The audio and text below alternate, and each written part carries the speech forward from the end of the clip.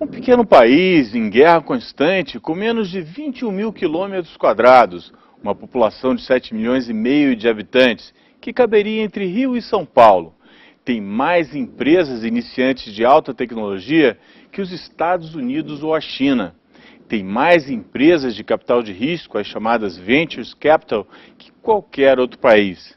E também lucra mais, proporcionalmente, com a exportação de alta tecnologia. O jornalista Saul Singer publicou o livro Nação Empreendedora para tentar explicar esse fenômeno. Vamos saber qual é. Saul, how do you explain all this number of startups, companies, and this concentration of venture capital in Israel? Well, the big part of the answer is that Israel itself is a startup nation. It had to be like a startup to exist at all. Israel had to deal with all kinds of adversity throughout its history, from being a very small country, from being shut off from the regional market, being under attack, many different forms of adversity, lack of resources, and so on.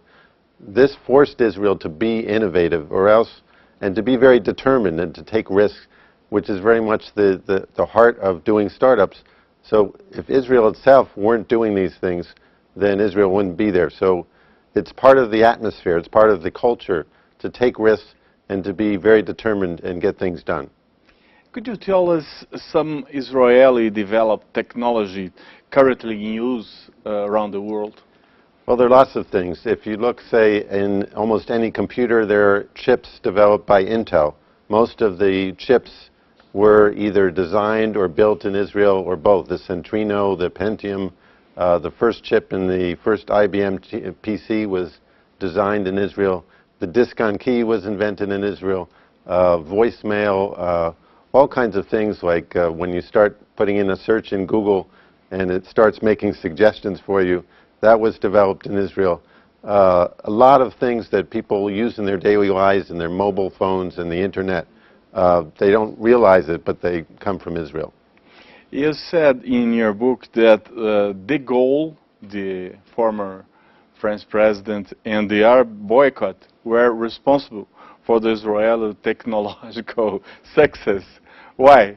Well, de Gaulle imposed a boycott on Israel of military assistance. Israel before that was relying very much on French weapons and Air Force and so on. And when it was cut off overnight, Israel had to develop its own industry based on technology, started developing its own aircraft, and that was the beginning of high-tech in Israel, though right now high-tech is not mainly from the military.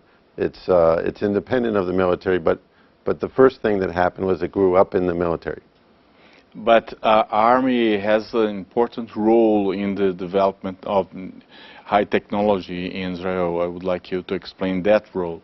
That's right. The impact of the military is not so much technology that's built in the military and becomes startups. It's more the cultural impact, since almost every Israeli goes through the military. They get a tremendous experience in terms of leadership, teamwork.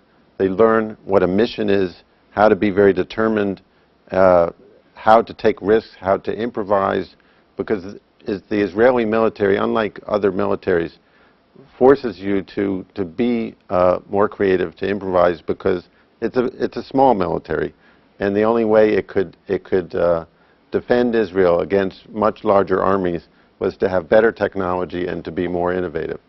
But in the other side, Army has a very strong impact in among youth in Israel. Some people very much negative impacted too. Well, Israelis don't like to go to the military. Like any young people, it's not surprising that most Israelis wish they didn't have to spend 2 or 3 years of their lives in the military. But the experience they get there is very important for their lives. It's a different experience than they get in school or in business. They learn things like they learn to sacrifice for something larger than themselves. That's very important. There's a lot of things you learn You become more mature compared to going to university.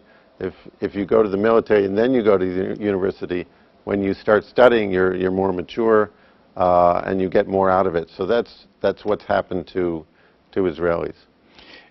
But there was a very important program to develop the startups in Israel. It was the YOSMA program, right?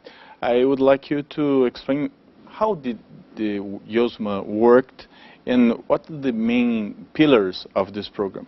Yes, it was a government program in the mid-1990s that came at a critical point. And what it did is it jump-started the venture capital industry. Before that, there wasn't really much venture capital at all in Israel. And what it was is the government put in money for funds. The private sector, the Israeli private sector funds were also partners, as well as American venture capital funds. It was a three-way partnership, and the government helped take some of the risk, so it was very attractive to the private funds. And it was very successful, so successful that the private venture capital funds ended up buying out the government position, and now it's basically all private. So the government started the process, but then was able to get out of it. And how much money the government put in this YOSMA program? It was not that much. It was in the order of $100 million. It really was not very much, but the venture capital industry grew very much after that because all these startups started coming up. It came at just the right moment. And there are other things that happened at that time. The Oslo peace process in 1993 was helpful.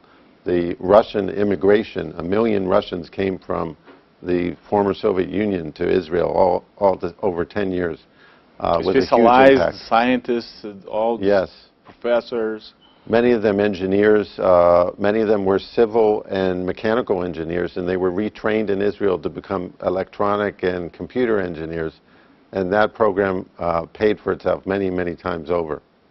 What's the numbers nowadays of startups and venture capital in Israel? Well, every year, say all of Europe produces about 600-700 startups. In Israel, we produce about 500 every year. Startups. There are about 3,000-4,000 at any given time in Israel, high-tech startups. And then there's also many research and development centers. Big companies like IBM, Cisco, Microsoft, Google have very big centers in Israel. For instance, Google, just in 2007 they started with 17 people. Now they're about to have 200 people. It's probably one of the fastest growing offices of Google in the world. And this is what a lot of mainly American companies have been doing, but I think it's a very exciting possibility to have more companies from other parts of the world do the same thing in Israel.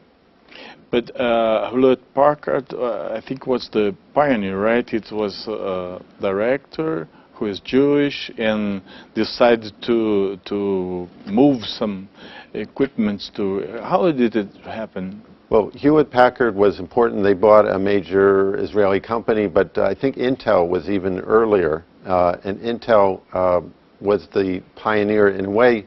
Actually, if you look at Silicon Valley, a lot of people say Hewlett-Packard was the first company to help create Silicon Valley. For Israel, it was probably Intel, because they came very early on, and they became one of the biggest employers in all of Israel. And they started building chips and designing chips there. It was their first development center outside the United States, and became very, very important for the company. And Intel had links with the Jewish community too? Well, the person who started Intel Israel was an Israeli named Dov Froman, who was working in Intel in a very early stage. He started actually in Fairchild Computer before Intel. He invented in Intel one of the key products even before they started making computer chips for Intel. So he had a high status within Intel, and he said, I want to go back to Israel and start Intel in Israel. And at that time it was a crazy idea, because this was around 1977 when there was almost no high-tech in Israel. But Dov Froman was very influential in the company, so they let him do it. And the rest is history, as you can say. And Israel, there's no Silicon Valley in Israel. Perhaps the universities are the Silicon Valley, right? Or how's this relation between Israeli universities, and the companies, high-tech companies? Well, it's a strong relationship, but like Silicon Valley had Hewlett-Packard and Stanford University were the core things at the beginning of Silicon Valley. You have the same thing in Israel, where you have very strong universities like Hebrew University, the Weizmann Institute, the Technion, were started in the 1920s, even before the state was established. Very far-sighted thinking, and they're a very important part of creating a startup nation. Nós voltamos a falar com Saul Singer, autor de Nação Empreendedora, sobre as empresas de alta tecnologia em Israel. So the history of Israel is hardly replicable in other parts of the world, but perhaps the Yosma program can be replicable in a place like Brazil. Do you think so? Yes, well, a lot of countries have been looking at the Yosma program to copy it. I think, though, a key thing to understand is that it doesn't help to just throw venture capital at a country. You have to be ready to absorb it. There have to be the entrepreneurs and the startups that are ready to start spending, that are worth investing in, because you can't just increase R&D spending and create startups. It actually sometimes goes the other way around, in the sense that there's a researcher at Harvard named Ricardo Hausman who told us that the reason Israel has such high R&D spending, 4.5% of GDP goes to R&D, is because we have so many startups. We're able to spend the R&D funding. And the same with venture capital. You have to have the startups in order to invest. So it's hard to know what to do first. Yes. Here in Brazil, I don't know if you are familiar, we have a very heavy load of taxes. Mm-hmm. And so for a startup, perhaps is the same amount for already established company. Do you think it happens in Israel, for instance? Well, the tax situation in Israel for startups is good. The taxes are relatively low on the taxes that are important to startups. Income taxes are high, but other taxes that affect startup are lower. And one of the advantages of the startup scene is that it's not dominated by one company. It's very competitive. It's a global market, so it's not heavily regulated. And that's been very helpful for the startups. Yeah, you said in your book that to start a company is very difficult. So because somebody has a good idea and have to have a lot of stimulus to go on. Yes. With the idea and transform the idea in one thing, in one product, or this kind of thing. But do you think there's a lot of factors in Israel that push to the startups go on? Yes, well, the same factors that created all this, I think, are continuing in Israel, in the sense that Israelis, it's considered a good thing to be an entrepreneur. It's a high-status occupation. It's something that people want to do. Not everybody can do it, obviously, but it's something that's respected, and it's also acceptable to take risks and to fail. That's very important, because most startups do fail, including in Israel. Whether in Silicon Valley or Israel, it's very risky. So you have to have support for failure. You have to have a lot of determination and drive, and you have to have a willingness to take risks. But I think that a lot of countries, they think, how can we do more startups? But in some ways, the real question is, how can we be more innovative? How can we be more global as a country or as a company? And I think what's happened is that Israel has really helped American companies do this, because the American companies have bought startups, they've started R&D centers, and I think the lesson from Israel is that other countries should do it. You know, like Brazil, like European countries, like Asian countries. It doesn't make sense that 80% of the direct investment in Israel come from the United States. It should also come from other countries, and so that other countries can benefit from this synergy between very small innovative companies and large companies that are good at scaling and are close to the markets. And another thing you say in your book is there's something biblical of taking risks and accept failure. Can you explain us how this relation with the Bible and the high technology? Yeah, it's interesting because one of the things about Israelis is they like to debate and argue and to challenge, and they ask a lot of questions. They don't respect authority very much.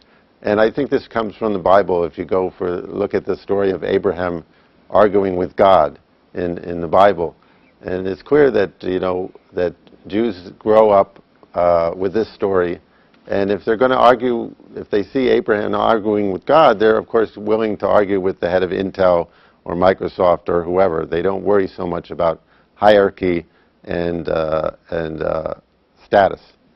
And what about living in risk?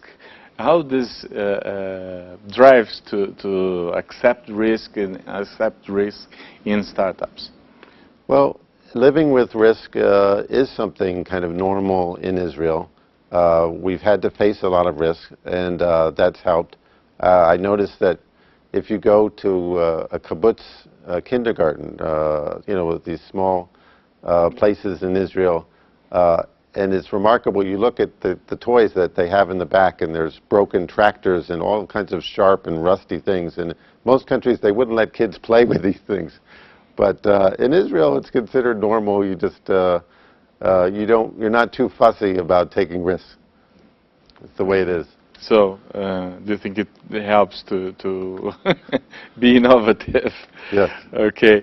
And what's the weight of high technology on Israeli trade? Well, about half of the economy is exports, and about half of the exports are high tech. So it's compared to most countries, high tech is a very important part of the economy. And it really is the driving force of the growth of the economy, which right now is growing, I think, the fastest in the OECD of any developed country. And do you think the Jewish world community has a strong role in this, like helping Israel without expect any advantage, and so leave, for instance, this venture capital to go kind of looser than in other countries? Well, I think that Israel has benefited from a large diaspora network of people, but if you look historically, a lot of Jewish businessmen or companies did not invest in Israel for many years, and in fact only started investing when other companies started doing so. I don't think it's been the key thing. I think the networking aspect is helpful, but it's not the main explanation for why Israel's been able to do so well in the world. I mean, one major thing that Israel is very good at is globalization, and that's not because Israelis are so brilliant. It's because the country is so small. Because every company that starts in Israel has to think already from day one about being global, because there's no local market to speak of. They're shut off from the regional market, so you have to think global. And you said, too, that immigration has an important role to develop the startups. Could you explain this? That's right. Almost everybody in Israel themselves immigrated, or their parents or their grandparents. It's a very young country, and many, many immigrants from 80 countries around the world. And I think that's contributed to this drive and determination and willingness to take risks, because that's a natural thing for immigrants. If you're willing to take the risk to move from one country to another, you're willing to take risks. And it also takes a lot of drive to move from one country to another. So these people are natural entrepreneurs. And you actually see in Silicon Valley as well that about half of the Silicon Valley startups were started by immigrants to the United States. We see nowadays a big problem in Europe, other countries too, to deal with immigration. Do you think it will be good for these countries to organize and to just welcome this kind of immigration for innovation? Well, another thing, though, that Israel has done is worked very hard at what they call absorbing immigrants. And in fact, in Israel, there's a ministry of absorption. The whole job is to integrate immigrants into the society. And I think your countries have had more trouble with that. You have to. It's not enough to have immigrants. You also have to integrate them and include them and make sure they're part of the society. And if that happens, I think then you can have some of the economic benefits of immigration. Do you have an idea of the weight of the army orders to the Israeli tech companies? Well, most of the Israeli high-tech companies are not military or security related. There are some, but Israel is #1 in medical device patents in the world, very strong in clean tech, strong in internet, in mobile phones. Just recently at the big mobile phone conference in Barcelona, there were 50 Israeli companies at this one conference. So Israel is very strong in all kinds of agri-tech, water, all kinds of technologies. Part of it is security, but it's a small part. You said in your book another interesting thing, that an Israeli is selling coffee to Brazil. Is it true? That's true. The Strauss company, I understand, bought a Brazilian company and is working together with that company in Brazil to sell coffee here. And that sounds like selling oil to Saudi Arabia. Exactly. So this is, to me, this is a very good example of a different kind of export for Israel, where it's not just technology, because that's not a technology innovation. It's a business model innovation. And I think going forward that Israel is going to be doing more of this business model innovation. Another example is Better Place, the electric car system that's going to happen in Israel. Israel is going to be the first country to actually replace gas cars on a mass level. And Denmark is happening next, and Australia is happening after that. And this is basically not a technology innovation, but a business model innovation. Very good. Thank you very much, Saul. Very nice talking to you. Thank you.